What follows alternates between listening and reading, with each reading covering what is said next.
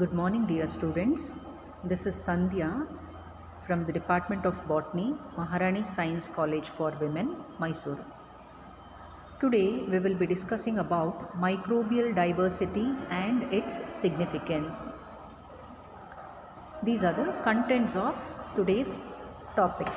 Introduction: bacteria, archaea, fungi, protozoa, algae, viruses, multicellular animal parasites, significance of microbial diversity, conclusion, and lastly references.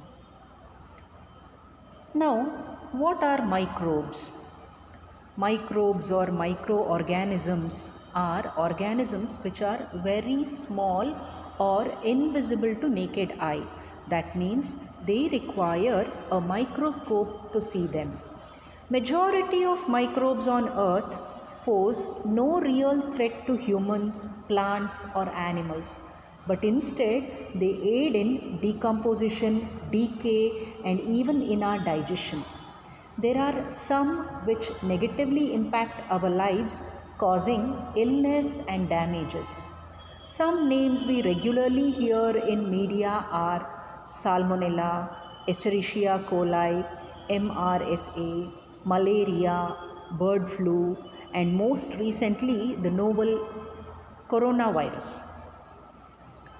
Now, the microscopic organisms can be single-celled like Chlamydomonas, Chlorella, etc., or colonial forms like the Microcystis, which are colony-like, having a mucilaginous gel around them.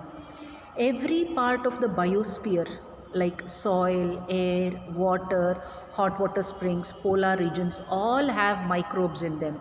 That means microbes are omnipresent. They are present in each and every part of the atmosphere. The range of different kinds of unicellular organisms is called as microbial diversity. The unicellular organisms are bacteria, archaea, protists, fungi, etc. Now, the fungi are more than 69,000 species in 5,100 genera of fungi. This is the ones which we know, and around 4,760 species of about 700 genera of bacteria have been described. These are the ones which we know of the bacteria. Still, there are many more. Now, this is a table which shows the current list of the world's biodiversity of some groups of organisms. The first column shows the groups of organisms. The second column is the known species, what we know, what have been described so far. Then the third column is the estimated total species, how much may be there. And the last column is the percentage of known species, how much percentage they come to. So now the first group is viruses. We know around 5,000 species of viruses. 5,000 species of viruses have been described till date, and the estimated total species is 1,30,000. Of the 1,30,000 species of viruses, we know only 5,000, which comes to around only 4% of known species. We know only 4%. Then coming to the bacteria, estimated species are around 40,000, of which we know only 4,760 species.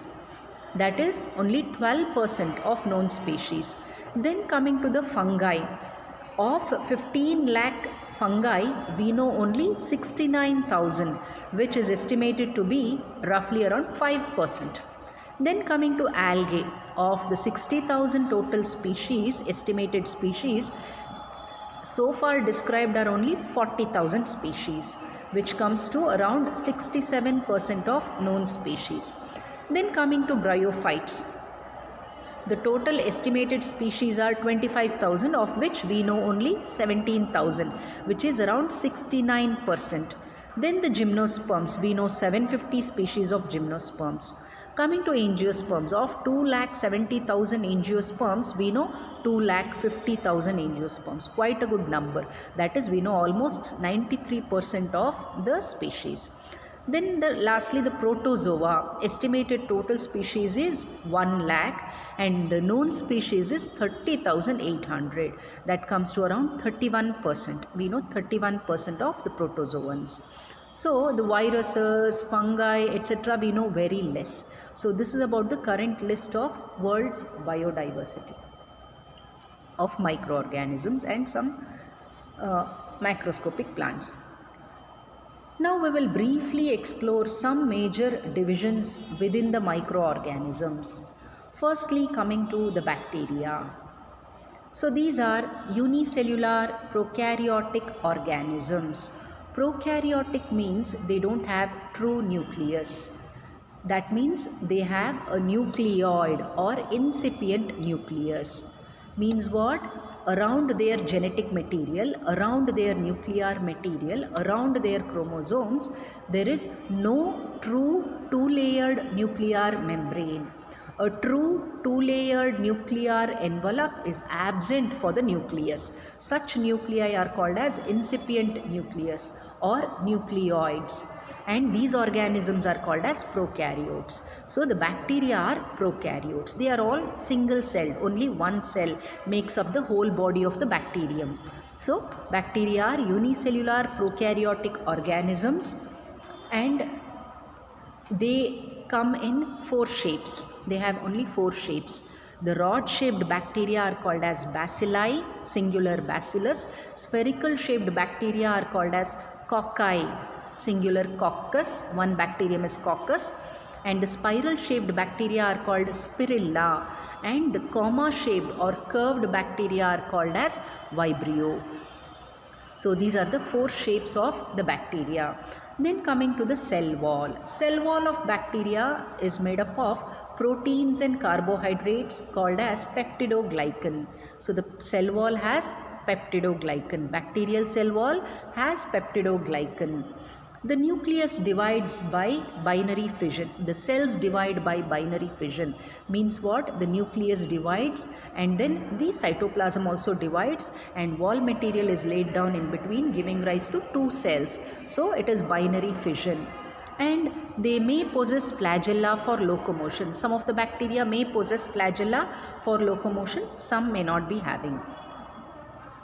Now, based on the composition of cell wall of bacteria, there is a staining technique developed by a person called Hans Christian Gram, which is called as gram positive, based on the staining technique. Based on the staining technique, we can classify or differentiate the bacteria as gram positive and gram negative bacteria. Gram positive bacteria have got thick peptidoglycan layer and thin lipid layer, and gram negative bacteria have thick lipid layer and thin peptidoglycan layer. The gram positive bacteria absorb the crystal violet stain as primary stain during the gram staining. The gram positive bacteria absorb the crystal violet stain as primary stain and they appear blue or violet in color, while the gram negative bacteria absorb safranin as a counter stain and they appear pink in color. So this is about the gram staining. Based on the oxygen requirement for their metabolic activity, we can classify the bacteria as aerobes, anaerobes and facultative anaerobes. Aerobes are those which require molecular oxygen. Anaerobes are those which do not require molecular oxygen, and facultative anaerobes are those which can live in both the environments, with molecular oxygen or without molecular oxygen. And according to the way they obtain energy, according to their mode of nutrition, they can also be classified as heterotrophs and autotrophs. This is based on their nutrition. Autotrophs have the chlorophyll, bacterial chlorophyll in them, and they prepare their own food in the presence of sunlight and with the help of bacterial chlorophyll. Heterotrophs are those which do not have the bacterial chlorophyll. They depend on other sources for their food requirements. That means they may be either parasitic, saprophytic or symbiotic. This is about bacteria. Now these are the bacteria.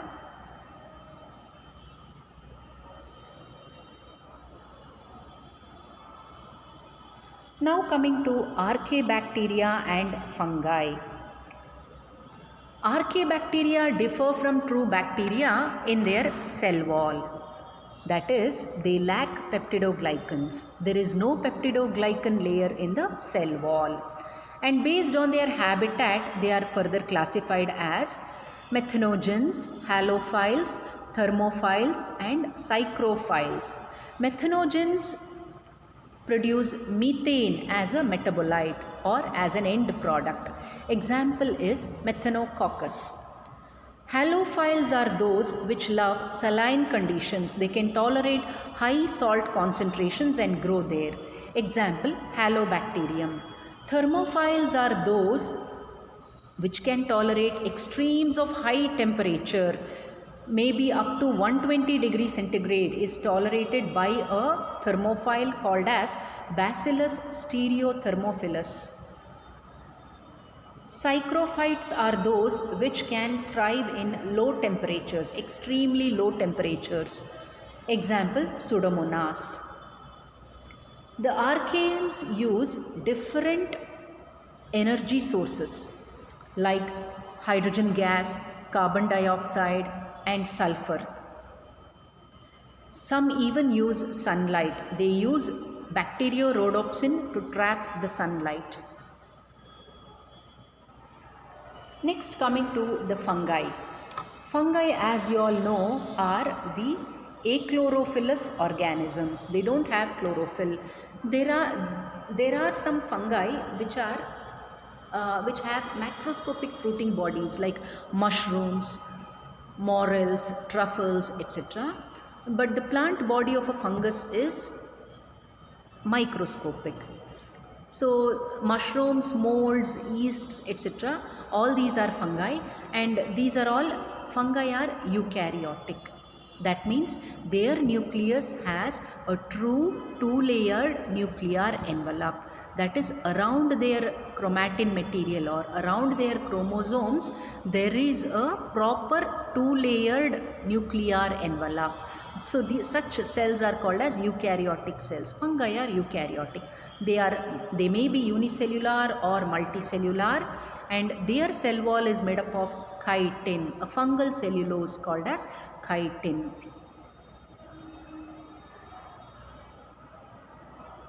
The mushrooms, molds are those which have filamentous plant bodies. Example is Penicillium. There is one which is unicellular, it is yeast. Yeast is a unicellular fungus. Example is the common baker's yeast called as Saccharomyces cerevisiae. Then coming to the nutrition of the fungi. Fungi are either decomposers or symbionts or parasites. Since they are achlorophyllous, they are always heterotrophic. Means they are not autotrophic, they cannot produce their own food. They are heterotrophic, they depend on other organisms for their food requirements. So in this way they are either decomposers, they decompose and decay the organic matter in the soil, dead and decaying organic matter, or they may be symbionts. Symbionts means they get into a mutually beneficial association with any other organism, or they may be parasites, means they need a living host for their survival. So decomposers are those which are living in the soil, Rhizopus, Penicillium, etc. Symbiotic fungi are the mycorrhizae, those which are in association with the roots of higher plants. And also lichens are also symbiotic. There are symbiotic fungi in the lichens. Then coming to parasitic fungi, the plant pathogenic fungi are all parasites. Example, Pyricularia oryzae, the blast disease of rice. Like that, there are many more plant pathogens which are all fungi. And to give you an example of human fungi, parasitic fungi, your common Pityrosporum ovale, the dandruff, is also caused by a fungus. Is also a fungus which is a parasitic fungus. Then the plant body of a fungus is called as hyphae. Thin thread-like structures called hyphae. Many hyphae aggregate together to form the plant body of the fungus called as the mycelium. Reproduction of fungi is by spores. Spores, there are two types of spores produced during reproduction in a fungus, the asexual spores and sexual spores. Conidia, sporangiospores, oidea, chlamydia, etc. are all asexual spores produced during asexual reproduction of fungi. Similarly, the basidiospores, achiospores, zygospores, these are all sexual spores produced during sexual reproduction of the fungi. These are a few archaebacteria and eubacteria or true bacteria on the right side. Left side are all archaebacteria, examples of archaebacteria. These are the fungi, plant pathogenic fungi, the first two diagrams. And then the third one is, top right, is the penicillium, blue-green mold, which grows on citrus fruits, decaying, rotting citrus fruits like orange, lemon, etc. The penicillium, from which the antibiotic penicillin is obtained. And down are also the fungi. The last one is the dandruff, causing fungus, animal fungus. The next group which we are going to discuss is protozoa. Protozoa are unicellular aerobic eukaryotes. They are single-celled, they need oxygen, they are aerobic, and they are eukaryotes, means their nuclei are covered by a proper two-layered nuclear envelope.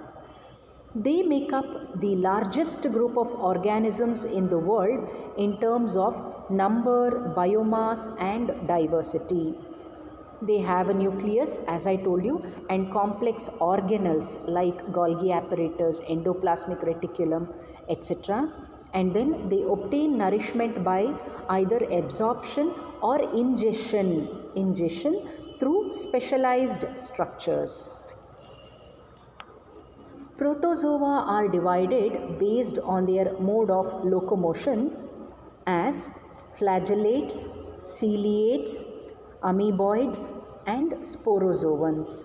Flagellates use whip-like structure, flagella, to propel forward. Ciliates have tiny hairs that beat to produce movement.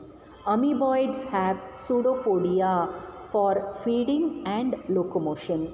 Sporozoans are non-motile with no locomotory organelles. Nutrition here in this group is autotrophic or heterotrophic. So these are some of the protozoans: stentor, amoeba, paramecium, euglena, etc. These are pictures of the protozoans. Next, coming to algae and viruses. Algae are ubiquitous, found everywhere. They are the primary producers in ecological pyramids. They form the base of ecological pyramids, and 40% of global photosynthesis is by algae. The remaining 60% photosynthesis is contributed by all other higher plants and photosynthetic organisms. Algae live in water, damp soil, moist rocks. They need aquatic environment, little bit of moisture for their survival. Then coming to the viruses. Now viruses are non-cellular entities, means they are not cells. Then what do they compose of? They have a central nucleic acid core, which may be made up of either DNA or RNA, and then surrounded by a protein coat. Nucleic acid is surrounded by a protein coat. So there are only two biological components that make up a viral particle. So we don't call them as cells. Cells have cell wall, plasma membrane, and all other cellular organelles. All these are lacking in a virus. Virus has only a nucleic acid and a protein coat. So it is acellular or non-cellular. So we don't call it an organism, we call it a particle or an agent or an entity. It is not a microorganism. We can't properly say that it is a microorganism because it can't reproduce outside the host. It can't metabolize on its own. So it needs a living host for its reproduction and for its metabolism. The viruses infect prokaryotic and eukaryotic cells, causing diseases. Hepatitis, human immunodeficiency virus, HIV, AIDS virus, etc. are the animal viruses. Tobacco mosaic disease, tobacco mosaic virus causes tobacco mosaic disease. Yellow bean mosaic virus, these are a few of the plant viruses. And the human viruses are the common SARS-CoV-2 virus, a type of coronavirus which is causing this COVID pandemic. And there are many more. These are some algae. See, the top right picture is algal bloom in a water body. Excessive growth of the algae in a water body is called a algal bloom. You can see the algae growing in a aquatic environment. And then others are the algae under different algae under microscope. These are viruses. So you can see the different viruses. All these are the viruses. The middle one is the SARS-CoV-2 novel coronavirus. Lastly, coming to the multicellular animal parasites. A group of eukaryotes including flatworms and roundworms, collectively called as helminths. These are not microorganisms by definition, but a part of their life cycle have microscopic forms. Since the parasitic helminths are of clinical importance, they cause many diseases. They are discussed here with other groups of microbes. These are the helminths, the tapeworms, the roundworms, etc. Coming to the significance of microbial diversity. The microbes play a role in conservation and restoration of biology of higher organisms. They are excellent models. The microbes are excellent models to understand biological interactions and evolutionary history. Biological interactions, the mechanism of metabolism, the photosynthesis mechanism, digestion in higher organisms, etc., and evolutionary history of that organism. Then the diversity patterns for monitoring and predicting environmental change can be studied. Escherichia coli, if it is present in a water body, it shows that the water is potable or not, whether the water is potable or suitable for use or not. Then molecular methods helpful in establishing microbial biodiversity. Databases are becoming widely available on microbes. So these are a few points of significance of microbial diversity. Next, coming to the application of microbial diversity. Microbial genomes can be used for recombinant DNA technology of organisms with environmental and energy related applications. Genetically engineered microorganisms to improve environment and to produce energy related compounds. When environment is contaminated, if there is oil spill in water, it is removed or degraded by Pseudomonas putida, a genetically engineered organism. The microorganisms are sensitive indicators of environment quality. As I told you about the example of Escherichia coli, in water, the presence or absence shows whether the water is potable or not. Biodegradation and bioremediation. Biodegradation is degradation of non-degradable compounds using microorganisms. Bioremediation is removal of unwanted chemicals from a source. All these are applications of microbes. Microbial diversity of marine microorganisms is equally important to solve the contamination of seafood. The microbes of salt water are studied for this purpose. Then, culture collections can play a vital role in preserving the genetic diversity of microbes. Culturing microorganisms from a particular environment and preserving it in culture collection centers are done. So, all these are the applications of microbial diversity.